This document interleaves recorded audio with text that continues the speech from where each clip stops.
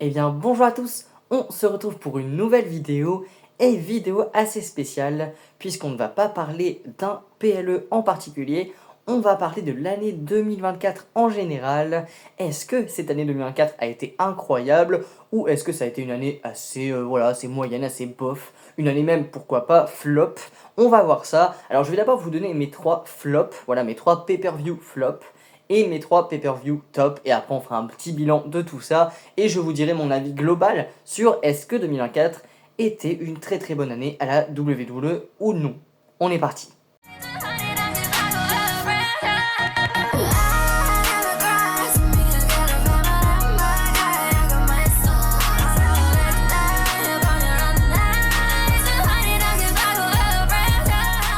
Et donc en troisième position, je vais peut-être en étonner certains parce que du coup beaucoup de personnes l'avaient mis dans leur pay-per-view préféré. Alors bon, dans tous les cas, tout ce que je dis dans cette vidéo, ça ne concerne que moi, hein, voilà. Si vous n'êtes pas d'accord avec moi, bah écoutez, vous pouvez le dire en commentaire, ça me ferait vraiment plaisir. Mais s'il vous plaît, avec la bienveillance, voilà, sans insulte. Ce serait quand même bête d'insulter pour une passion, voilà.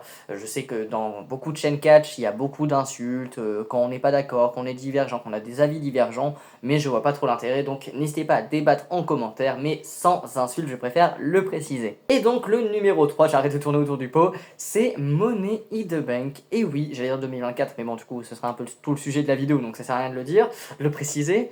Et donc Money in the Bank 2024, que j'ai pas vraiment apprécié. Alors c'était le premier show d'ailleurs, pour l'anecdote, c'était le premier show que j'ai fait en live réaction avec la chaîne d'Infocage. D'ailleurs je mettrai le lien de sa chaîne en description, n'hésitez pas à aller vous follow. Et malgré le fait que j'ai adoré faire ce live react, eh bien je n'ai pas aimé le show qui pour moi manquait de suspense en fait. On s'attendait tous à voir Drew McIntyre remporter la mallette, puis cash-in, sauf qu'il il allait se faire sûrement du coup arrêter par CM Punk qui aurait fait son retour, qui l'aurait empêché. Voilà, ça aurait été... Enfin, c'était prévisible en fait, c'était prévisible, tout le monde l'avait prédit. Moi non, j'avais justement essayé de trouver une autre, voilà, une autre alternative, un autre vainqueur pour la mallette, ce qui aurait été largement mieux. Mais non, ils ont décidé de nous donner raison, de nous donner aucun suspense, et ils ont fait gagner la mallette à Drew McIntyre pour lui faire perdre le soir même. J'ai vraiment pas aimé en fait, j'ai vraiment pas aimé parce que ça servait pas à grand chose. La rivalité était déjà assez intense pour mettre une mallette dans cette rivalité en fait. Ça servait à rien de rajouter cette mallette dans cette rivalité. La rivalité était déjà incroyable comme ça n'a pas rajouté grand chose, donc je trouve que c'est vraiment une mallette gâchée et beaucoup de personnes ont suivi cet avis, hein. Beaucoup de personnes étaient d'accord sur le fait que c'était une manette qui du coup ne servait à rien du tout. Donc ouais, un peu déçu par rapport à ça. Après bon, sinon le reste du show est pas si mal, avec notamment voilà, le Money in the Bank Ladder Match féminin, ça va, c'est pas, voilà, c'est pas dramatique, hein, voilà, Tiffany Time c'était quand même très très bien. Le 3 contre 3, donc avec la Bloodline 2.0 face à Randy Orton, Kevin Owens et Cody Rhodes, c'était pas mal, avec en plus la Bloodline qui gagne. Mais voilà, ce truc de mallette gâchée m'a vraiment laissé un goût amer sur ce pay-per-view. Et bon, je lui mettrai la note, on va dire, de 5 sur 10. C'est pas si horrible que ça, mine de rien, pour le troisième en tout cas. C'est pas si horrible que ça. On verra par la suite mon avis global sur l'année, mais c'est vrai qu'on a quand même eu de pay-per-view assez, assez intéressant, assez quand même qualitatif, ça on va pas se le cacher. Donc pour ce premier flop, 5 sur 10, la moyenne. Ensuite, le deuxième pay-per-view, donc des flops, le top 2, c'est King and Queen of the Ring. Là aussi, beaucoup de personnes ont apprécié ce show, mais pas moi. Tout simplement parce que j'aime pas vraiment le concept en fait de base. Je trouve que ça sert pas à grand chose. Bon bah là après là ils m'ont un peu donné tort dans le sens où bon bah ça a servi à justement donner un match de championnat pour du coup le vainqueur et la vainqueur donc des du coup des tournois respectifs, donc le King of the Ring et le Queen of the Ring. Donc ça bon à la rigueur. Mais c'est vrai que ce tournoi n'est pas des plus intéressants, le match pareil, en plus bon bah à part ces deux matchs là, on retient pas grand chose en fait, parce que c'est ce qui concentre la majorité du temps d'antenne sur le show, donc les autres matchs on n'en avait pas grand chose à faire. Voilà, le show n'était pas fou en fait, le show n'était pas fou. Certes, on a eu quand même Gunther, Randy Orton, voilà, un très très beau match, mais c'est tout ce qu'il faut retenir en fait, c'est tout ce qu'il faut retenir. Aussi, les autres matchs n'étaient pas forcément fameux. C'est pas un pay-per-view majeur, hein, de toute façon, King of the Ring. C'est pas un pay-per-view qui marque les esprits. J'ai jamais vu un King of the Ring qui m'a vraiment marqué. Après, bon, il n'y a pas eu encore voilà, 10 000 éditions de ce pay-per-view, mais pour l'instant, j'avoue que c'est pas un pay-per-view qui me hype, clairement. Et là, ça s'est ressenti sur cette année 2024. J'ai pas apprécié tant que ça. je mettrai la note, on va dire, peut-être qu'on va me trouver sévère, je mettrai la note de 4 sur 10. Voilà, le seul truc qui remonte pour moi, c'est vraiment le match Randy Orton-Gunther que j'ai vraiment bien aimé. À part ça, bah, pas grand chose à dire en fait. Et le top 1 des flops est j'allais dire pay-per-view, mais du coup non, le show le plus récent de la WWE. Bah du coup, beaucoup de personnes vont me dire, surtout en commentaire, bah du coup tu fais les classements des PLE, mais tu mets pas un PLE en top flop. Je le considère comme un PLE, voilà, je le dis, je le considère quand même comme un PLE. Beaucoup de personnes, même tout le monde le considère pas comme un PLE. Bon, vu la carte de base, ça pouvait être considéré comme un PLE, donc je le considère comme un PLE. C'est bien évidemment Saturday Night Main Event 2024. Oh, quelle purge! Bon, je suis peut-être un peu trop méchant, je ne sais pas, mais j'ai vraiment pas aimé. Je m'attendais à quelques surprises, à un changement de titre. J'ai rien eu tout ça. J'ai rien eu tout ça. On n'a rien eu tout ça. Clairement, on n'était pas le seul à espérer quelque chose ce soir-là. Mais non, il ne s'est rien passé de spécial. Et surtout, ce qui m'a ennuyé, c'est qu'il y a eu des pubs à tous les matchs. Pendant tous les matchs, c'était vraiment ennuyeux. Voilà, on était coupé en fait en pleine action. Et dès qu'on revenait et que ça redevenait intéressant, et bah c'était la fin du match. Par faute de temps, clairement, voilà, 2 heures, c'était clairement pas assez pour 5 matchs. Ils auraient dû rajouter ne serait-ce une demi-heure de plus. Surtout pour le main event, hein, 15 minutes, même pas 15 minutes je crois pour le main event, c'est vraiment trop court et abusé. Donc franchement, ouais, je suis vraiment dégoûté par rapport à ça. Voilà, le fait qu'il y ait des pubs à chaque match, bah en fait tu retiens pas vraiment de banger dans ce show parce que bah en fait tu peux pas vraiment comparer les matchs entre eux parce que tu avais des pubs à chaque match. Tu peux pas vraiment comparer en fait ce show à un autre show, un autre pay-per-view parce que bah dans les autres pay-per-view t'as pas des pubs qui viennent comme ça, qui pop pendant chaque match. Donc vraiment dégoûté par rapport à ça, je suis vraiment dégoûté par rapport à ça parce que je pense que si on n'avait pas eu de pub et à chaque fois 3-4 minutes en plus sur tous les matchs, eh ben on aurait pu avoir des bangers. Je pense notamment au triple menace, au main event. Et puis justement en parlant du main event, bordel, qu'est-ce qu'ils nous ont fait? Qu'est-ce qu'ils nous ont fait? Ils nous ont mis, c'est ce que disait Catch Club d'ailleurs dans sa vidéo review de Saturday Night Main Event et je suis totalement d'accord avec lui. Ils nous ont mis la chose la plus intéressante de ce show après le show. À quoi ça sert? Ils nous ont mis la chose vraiment qu'on attendait, enfin, une chose qu'on attendait et qu'on aurait vraiment aimé voir pendant ce show, ils nous l'ont mis sur les réseaux sociaux après. Mais à quoi ça sert? À quoi ça sert alors? Enfin, alors bon, je veux bien entendre le fait que au moins cette rivalité paraît vraiment réelle puisque c'est pas forcément filmé. Hein, voilà, on pense notamment à l'attaque de Kevin Owens quand il a heel turn, c'était pas filmé. Enfin, c'était pas filmé, vous m'avez compris, c'était publié ensuite sur les réseaux sociaux, ça s'est pas passé pendant un épisode de SmackDown. Donc, je veux bien, voilà, ce côté réel, ça intensifie encore plus la rivalité. Mais là, ça ne servait vraiment pas à grand chose de le mettre après le show. Là, ça aurait été vraiment cool de le voir pendant le show. Je pense que ça aurait quand même élevé ma note pour ce show. Parce que là, franchement, voilà, c'était pas terrible. Hein. C'était vraiment, vraiment pas terrible. Je pense que niveau de la note, je mettrais un 2 sur 10. Voilà, je vais pas mettre la note de 1 et encore moins la note de 0 parce qu'il faut pas abuser. Mais 2, voilà, 2, je pense que ça coïncide clairement. C'est mes notes en SVT, donc bon, voilà, c'est pas fou.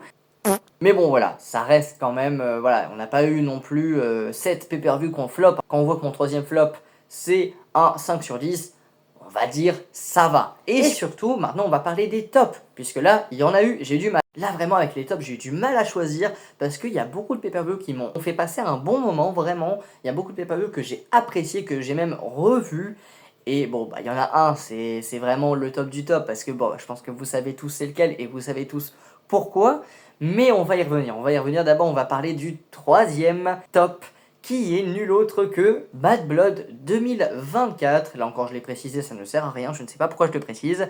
Mais donc, Bad Blood 2024, qui a été génial pour moi. J'ai bien aimé les matchs, hein, clairement. On peut notamment citer le CM Punk Drew McIntyre. Pour moi, c'était l'un des matchs de l'année, si ce n'est le match de l'année. Je pense qu'on fera aussi un classement, pourquoi pas même une tier list, si je le peux, des matchs de l'année. Mais clairement, il fait partie des grands prétendants. Hein. J'ai adoré ce match, c'était d'une telle violence. J'avais l'impression de retourner 20 ans en arrière, sachant que j'étais pas né. Mais j'avais vraiment l'impression de retourner à l'Attitude Era, où le sang, bah, c'était limite basique. Donc franchement, ouais, j'ai adoré ce match, j'ai adoré ce show. Bah en fait, quand t'as un match qui est incroyable dans un show, forcément ça te donne vraiment une bonne appréciation quand même du show, même si le reste n'est pas forcément fou. Et c'est la même chose dans le cas inverse, hein, on le voit très bien comme je l'ai dit, avec Money in the Bank. Le reste du show n'est pas fou, mais le fait d'avoir donné la mallette à Drew McIntyre et de l'avoir fait perdre directement après, bah voilà, forcément ça détruit un peu le reste du show. Mais là voilà, là c'est sûr que j'ai vraiment bien aimé ce match et donc forcément le show je l'ai vraiment bien aimé. Après il y a eu d'autres matchs qui étaient forcément incroyables, hein. Rhea Ripley, Liv Morgan, j'ai bien aimé. Cody Rhodes et Roman Reigns face à Solo Sikoa et Jacob Fatu, c'était vraiment chouette. Donc franchement ouais, j'ai vraiment bien aimé et je pense que ça restera peut-être même l'un des meilleurs pay-per-view que j'ai vu depuis que je regarde du catch. Il fait partie peut-être du top 15, voilà 15-20. Ça aussi, ça pourrait être une idée de vidéo, hein, voilà, mes 20 pay-per-view préférés all time. Allez, je vais arrêter de donner des idées des vidéos dans une de mes vidéos, ça sert à rien. Donc, niveau de ma note sur 10, je pense que je mettrai un beau 9, voilà, un beau 9, très très beau 9 même. C'était génial, c'était tout simplement génial, j'ai vraiment apprécié. Ensuite, top 2 de mes tops de l'année, c'est tout simplement le plus gros show de l'année, WrestleMania 40. Waouh! Waouh, quelle claque WrestleMania 40, j'ai vraiment adoré de A à Z. Alors certes, il y a eu des petits moments de mou, mais franchement, mais quelle dinguerie, quelle dinguerie. Becky Lynch a Ripley, j'ai adoré. The Rock et Roman Reigns face à Cody Rhodes et Seth Rollins, j'ai adoré. Et comment ne pas parler de ce main event de la nuit 2 de WrestleMania 40, Cody Rhodes, Roman Reigns en... j'allais dire Falcon Heavy, ouais, non, c'est pas du tout la bonne stipulation. Non, c'était en Anything Goes, il me semble, c'est-à-dire tout est permis en gros. Et franchement, c'était génialissime. Je me suis régalé devant ce match. Peut-être le meilleur main event de l'histoire de WrestleMania. Ça pourrait être aussi une idée de vidéo. Tout le reste du pay-per-view était génial. Mais ce main event, mais quelle dinguerie. On a eu des interventions de tous les côtés. Et encore, parce qu'on a eu d'abord une première phase catch, vraiment pur catch entre les deux, où c'était génialissime déjà là. Mais alors, quand t'as commencé à avoir Jey Uso qui arrivait, Jey Uso, Solo Sikoa, John Cena, The Rock, The Undertaker, qu'est-ce qu'il fout là? Franchement, mais ça peut que te donner un putain de main event. Excusez-moi pour les termes, mais franchement c'était génial, j'ai adoré ce show, j'ai adoré ce match. Ce match, je pense que je peux me le revoir 10 fois, mais ça me ferait tout autant vibrer en fait. J'ai adoré tout simplement, j'ai même adulé ce show, je sais pas si ça se dit, logiquement oui, mais vraiment j'ai adoré de A à Z. Et la note, je vais pas mettre 10 sur 10 parce que 10 sur 10 je le garde pour le top 1. Mais je vais mettre un 9,75 quoi. Vraiment, j'ai adoré et je pense pas être le seul. Hein. Clairement, je pense clairement pas être le seul à avoir putain de kiffé. Et donc le top 1, et là je vais être totalement subjectif, et je pense qu'on sera tous du même avis. C'est bien évidemment Backlash, voilà, Backlash à Lyon. Que de souvenirs. Et donc forcément là je suis pas du tout objectif, c'est normal. J'y étais, voilà, j'y étais. Ce Backlash à Lyon. Et c'était mon premier show, de catch, voilà, où j'y allais en direct. Et voilà, je saurais même pas vraiment décrire encore, alors que ça fait plusieurs mois maintenant hein, que c'est passé, je saurais même pas décrire les émotions que j'avais en fait, tellement j'étais aux anges. J'étais aux anges, c'était mon rêve, hein, vraiment, c'était mon top rêve. Et je l'ai atteint, donc franchement, voilà. D'ailleurs, j'espère qu'il y aura une partie 2 à ce rêve, hein, pourquoi pas, voilà, Money in the Bank 2005. Mais franchement, comment ne pas mettre ce pay-per-view en top 1 quand il y a été? C'est logique, hein. Je pense que par exemple, ceux qui n'ont pas été à Backlash et qui, admettons, étaient à, je sais pas moi, Bad Blood, c'est possible, et bah ils mettent Bad Blood en numéro 1 et c'est normal. Et là, vraiment, bah, vu de mon expérience personnelle, bah, forcément je le mets en 1. Même avant que le show commence, pour moi, c'était le meilleur show de l'année. Parce que bah j'y étais. Et puis même la conférence de presse, j'ai vécu la conférence de presse, j'étais comme un fou, vraiment. À la base, de toute façon, je suis sorti des 2 jours, j'avais plus de voix. Et c'est normal. Tellement j'ai gueulé comme un fou. Et on était des milliers, des dizaines de milliers à faire ça, c'est normal. Et franchement, en fait, je vais pas vraiment parler des matchs, en fait, je vais parler juste de l'ambiance. L'ambiance, et j'ai vu plusieurs classements de plusieurs médias américains qui ont mis Backlash dans le top 3 des pay-per-view. Parce que l'ambiance a tout simplement fait passer un cap à ce pay-per-view. Dans un sens, les matchs n'étaient pas incroyables sur le papier, et même pas forcément que sur le papier, même au niveau in-ring, c'était très très bien, mais c'était pas incroyable. Voilà, je pense que bon, bah, si c'était un pay-per-view aux États-Unis, j'aurais pas mis dans mon top 3, clairement, je l'aurais mis peut-être, allez, 6, 7ème, on va dire, sur les 12, voilà, on va dire 6ème quand même. Donc, clairement, bon, bah, c'est sûr que l'ambiance a clairement joué un rôle dans ce show, et un rôle majeur, Et c'est nous qui avons participé à ça, les gars, c'est nous. On est là. On faisait partie de tout ce brouhaha, de toute cette émotion, de toute cette explosion qu'il y avait dans la salle. Et c'était beau, putain, c'était tellement beau. J'en avais limite les larmes qui coulaient à la fin parce que j'étais tellement heureux, en fait, tout simplement, tellement épanoui. J'aurais voulu que ça s'arrête jamais en fait, j'aurais voulu que ça s'arrête jamais. Et ouais, non, par exemple, je pense au moment où il y a l'entrée de Cody Rhodes, la musique de Cody Rhodes s'arrête, et normalement, bah, quand la musique s'arrête, Samantha Irvine, donc à ce moment-là, annonce tout simplement les catcheurs. Là, elle a attendu, puisque nous, fans français, avons continué de chanter le thème de Cody Rhodes pendant, allez, on va dire une quinzaine de secondes. Et c'était beau, sérieux, ce moment. Je pense que c'est l'un des moments de l'année 2024, clairement. Alors que ça concerne même pas vraiment les catcheurs, ça concerne le public. Je pense que c'est la première fois que ça fait ça. Non, franchement, c'était incroyable. Franchement, quel souvenir. C'est un souvenir que je regarderai vraiment pour le reste de mes jours, clairement. Donc, incroyable, incroyable. Je peux pas mettre moins de 10 sur 10. Et je pense que je vais mettre même 100 sur 10, 1 milliard sur 10, l'infini sur 10. Je m'en fous, juste, c'était génial. Soyez fiers d'être fan de catch, c'est tellement beau ce sport. Alors beaucoup de personnes me diront c'est du divertissement et donc je vais rectifier, c'est beau ce divertissement. Donc en tout cas, dites-moi votre avis dans les commentaires concernant cette année 2024. Puis faites-moi votre top 3 des tops et des flops des pay-per-view de l'année 2024. En tout cas, on se retrouve pour une prochaine vidéo boss en 2025. Ciao ciao.